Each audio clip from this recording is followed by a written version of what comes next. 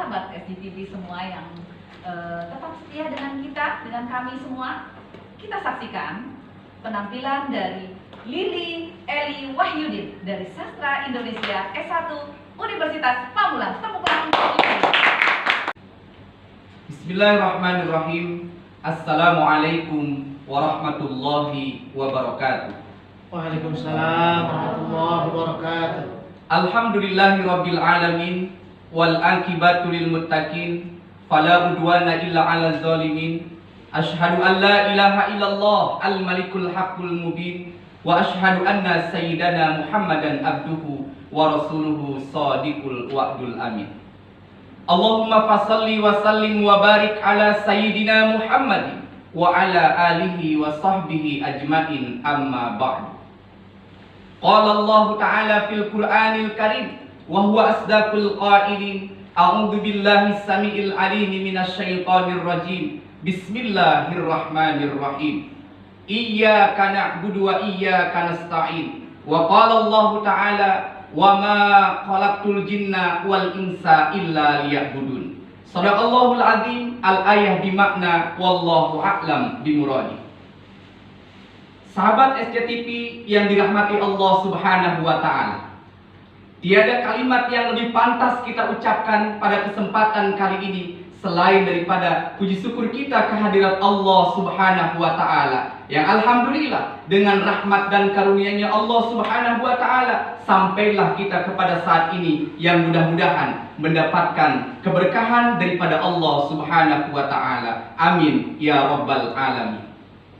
Saudara-saudaraku yang dimuliakan Allah Subhanahu wa Ta'ala, salawat beriringkan salam semoga tetap tercurah limpahkan kepada baginda alam yang mulia, Nabi akhir zaman, sang pembasmi kebatilan, pembela kebenaran, manusia sejati anti korupsi, manusia termulia anti durhaka, yang mempunyai akhlak yang sangat mempesona, yang pesonanya bagaikan permata, dan bagi siapa saja yang melihatnya pasti dia akan jatuh cinta.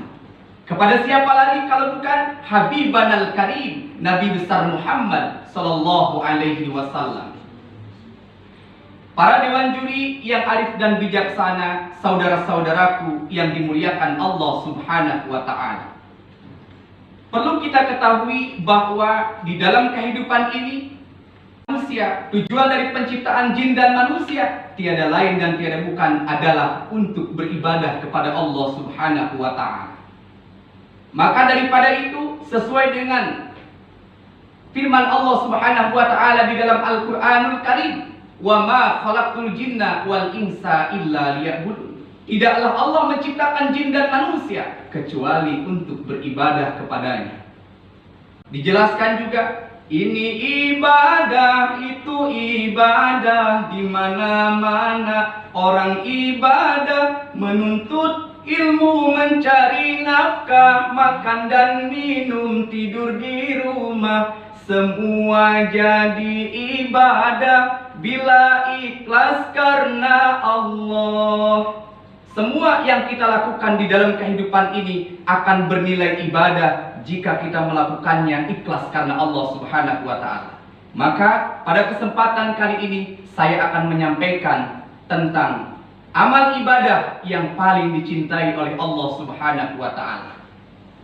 Saudaraku yang dimuliakan Allah Subhanahu wa Ta'ala, dari Abdullah ibnu Mas'ud radhiyallahu anhu menceritakan bahwa ia pernah bertanya kepada baginda Rasulullah sallallahu alaihi wasallam tentang amal perbuatan yang paling dicintai oleh Allah. Beliau bertanya kepada baginda Rasulullah, "Ya Rasulullah, amal perbuatan apakah yang paling dicintai oleh Allah Subhanahu wa Ta'ala?" Baginda Rasulullah sallallahu alaihi wasallam menjawab, yaitu as-salatu ala waqtiha. Kemudian apalagi ya Rasulullah?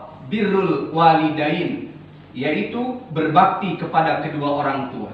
Kemudian apalagi ya Rasulullah? Rasulullah sallallahu alaihi wasallam menjawab, al-jihadu fi sabilillah, yaitu berjuang membela agamanya Allah Subhanahu wa Ta'ala.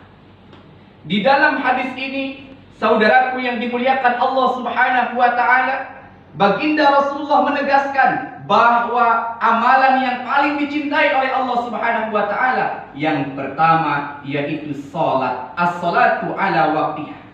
Ibadah salat ini merupakan amal ibadah yang diperintahkan oleh Allah Subhanahu wa taala kepada kita, maka kita wajib melaksanakannya. Mengapa harus kita melaksanakan ibadah salat ini? Karena ibadah salat ini merupakan amal ibadah yang menentukan bagaimana diterima atau tidaknya amal ibadah kita yang lain. Di yaumil kiamah nanti, amalan yang pertama kali akan dihisab oleh Allah Subhanahu wa taala, yaitu mengatakan apabila salatnya baik, maka akan baik pula ibadah-ibadah yang lainnya. Akan tetapi sebaliknya, jika amal ibadah salatnya buruk, maka yang lainnya pun akan buruk dan tertolak. Saudaraku yang dimuliakan Allah Subhanahu wa taala, betapa dahsyatnya siksaan daripada Allah Subhanahu wa taala apabila kita meninggalkan salat ini. Ketika baginda Rasulullah sallallahu alaihi wasallam diisra mi'rajkan oleh Allah Subhanahu wa taala sampai kepada neraka, melihat pemandangan di neraka tingkat kedua, neraka Lazok namanya. Rasulullah melihat begitu banyaknya orang yang disiksa di dalam neraka ini. Lalu kemudian Rasulullah merasa heran, mengapa mereka disiksa di dalam api neraka ini? Jawabannya ternyata karena mereka meninggalkan sholatnya sepanjang hidupnya ketika di dunia. Saudaraku yang dimuliakan Allah, jangankan kita meninggalkan, melalaikannya saja di dalam Al-Quran. Fawailul lil musallin, maka celakalah orang-orang yang salat, kata Allah. Siapa mereka yang celaka dalam salatnya? Alladzina hum an salatihim sahun, yaitu mereka yang lalai dalam salatnya. Saudaraku yang dimuliakan Allah Subhanahu wa taala. Lalu amal ibadah yang kedua yang paling dicintai oleh Allah Subhanahu wa taala menurut baginda Rasulullah sallallahu alaihi wasallam yaitu birrul walidain, berbakti kepada kedua orang tua. Mengapa kita harus berbakti kepada kedua orang tua? Renungkanlah saudaraku yang dimuliakan. Ridho ilahi, karena ridhonya, murka ilahi, karena murkanya. Jadi ridhonya Allah bergantung kepada keriduan orang tua kita, dan murkanya Allah bergantung kepada kemurkaan kedua orang tua kita. Saudaraku yang dimuliakan Allah, tahukah kita mengapa Uwais Al-Qarni yang pekerjaannya hanya sebagai pengembala kambing, namun dia dimuliakan oleh Allah Subhanahu wa taala? Jawabannya adalah karena Uwais Al-Qarni sepanjang hidupnya diperuntukkan untuk membahagiakan kedua orang tuanya. Saudaraku yang dimuliakan Allah Subhanahu wa taala, lalu di dalam sejarah dijelaskan, diceritakan Al-Qamah, orang yang taat beribadah, bahkan dia di dalam setiap salat 5 waktunya selalu bermakmum kepada baginda Rasulullah sallallahu alaihi wasallam. Akan tetapi ketika akhir hayatnya, Al-Qamah mendapatkan siksaan yang begitu dahsyatnya. Dalam sakaratul mautnya mendapatkan kesakitan yang luar biasa. Mengapa terjadi peristiwa seperti ini, saudaraku yang dimuliakan Allah? Jawabannya adalah karena Al-Qamah pernah menyakiti hati ibunya. Saudaraku yang dimuliakan Allah, ketika Rasulullah sampai ke neraka tingkat ke-7, neraka Hawiyah namanya, di situ banyak orang-orang yang disiksa, dibakar sampai melepuh. Mengapa demikian? Karena mereka ternyata durhaka kepada kedua orang tuanya.